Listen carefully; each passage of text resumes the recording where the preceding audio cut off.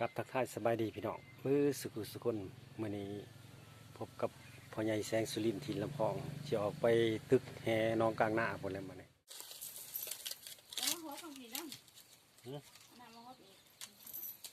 รถยังเมื่อทุกคนไปตึกแห่น้องกลางหน้ากันอากาศมันก็ร้อนพอดีมันร้อนแล้วหนาวแล้วมันร้อนแล้วจะไปหาเกียมเอาของบ่มีของบ่เห็นของบ่ได้ใส่ผ้า เอาใส่กบนี่กับกระทังนี่แหล้วกำลังออกมาอยากออกไปคนเดียวเลยวันนี้จะเป็นลองตึกบึง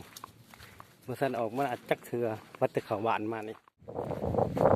ยำแหลกก็มีแต่ธงเพื่องเลยนะโมเมนต์ธงกวางสุดแสงตายำแหลกทุกคนที่มีกบปะเนาะ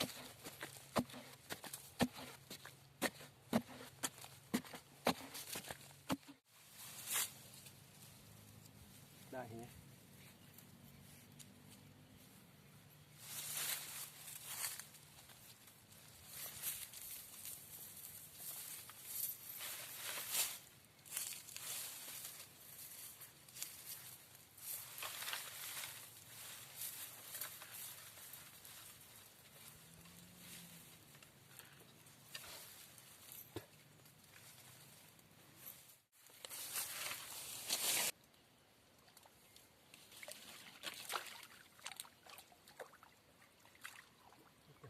หอยน้อย